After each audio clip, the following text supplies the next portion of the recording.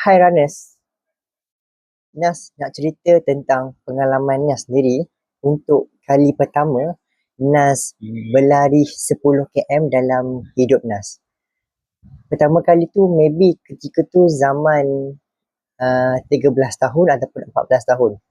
So itu adalah kali pertama Nas dalam hidup berlari 10 km yang memang perik. Sebab bila dah buat 10 km dalam hidup untuk kali pertama, sememangnya pertama kali kita akan rasa best. Kita akan rasa macam, rupanya aku boleh buat 10 km yang selama ni aku rasa susah. So, bila korang nak berlari 10 km ni untuk kali pertama, memang korang jangan expect kepada masa yang pendek, jarak yang, masa pendek, maafkan Nas. So, korang kena cuba untuk target jarak dulu. Bila korang baru berlari kan, korang baru first time berlari, korang punya body ni, korang kena faham, dia tak boleh nak berubah secara mengejut dalam masa seminggu, sebulan, setahun pun kadang-kadang tak boleh nak expect lebih. So maybe korang nak berlari, daripada dulunya korang ni maybe sebulan sekali berlari ataupun 6 bulan sekali berlari. Memang memerlukan masa untuk nak berlari 10 km dengan baik. So untuk pengalaman Nas kan, 10 km pertama tu memang lama kan. Nas masa km terakhir tu ataupun 2 km terakhir, dia berjalan hingga bagi tahu kepada diri sendiri kan. Aku tak kisah dah masa berapa. Aku rasakan boleh sampai 10 km dah rasa happy. Dekat situlah kita punya mental kita akan ajar. Nak tak nak aku kena habiskan. Nak tak nak aku kena buat sampai habis 10 km yang aku ingin buat pada masa sekarang. Sebab bila Nas fikir balik, disebabkan ada mindset aku kena habiskan 10 km aku ni sampai sekarang, Nas tetap ada mindset tu. Maksudnya bila Nas masuk event mana-mana sekarang, tak kisahlah jarak macam mana sekalipun, I have to finish. Bukan I will to finish. So, nak tak nak aku kena habiskan. Tak kisahlah, memanglah kita yang bayar. Memanglah kita yang itu ini kan. Tapi, kita cuba paksa diri kita untuk cabar. Bila kita cabar diri kita, kita baru boleh break our limits. Kalau tak, kita tak cabar diri kita, kita akan sampai pada limit tertentu je. So, kita nak push, tak boleh.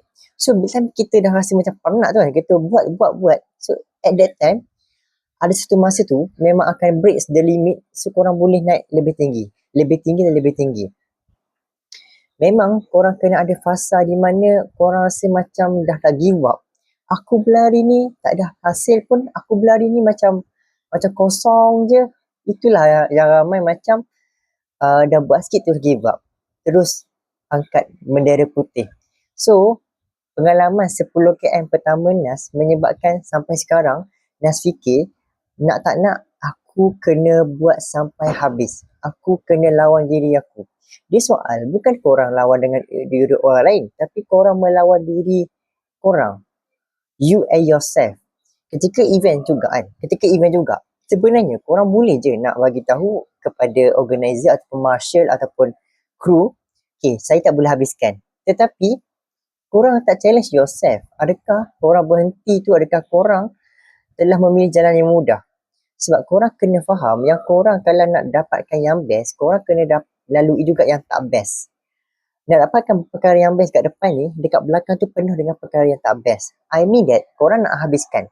Tapi along the way, dekat belakang ni, memang korang akan rasa macam give up, putus asa, rasa nak menyesal, rasa macam tak nak buat dah. Itu normal je. Normal adalah orang nak give up. Normal orang untuk nak putus asa. Tapi orang yang tak normal, orang yang berjaya maksudnya, orang yang mencuba. Sekarang 10 km bagi Nas dah kira biasa-biasa. Dah kira easy kan. Bukan nak berlagak, tapi itulah proses kita dalam hidup ni kan. Kita akan bermula dari bawah. 10 km pertama memang buruk. So maybe 10 km dah sekarang, maybe yang dah ke beratus kali dah. Kan?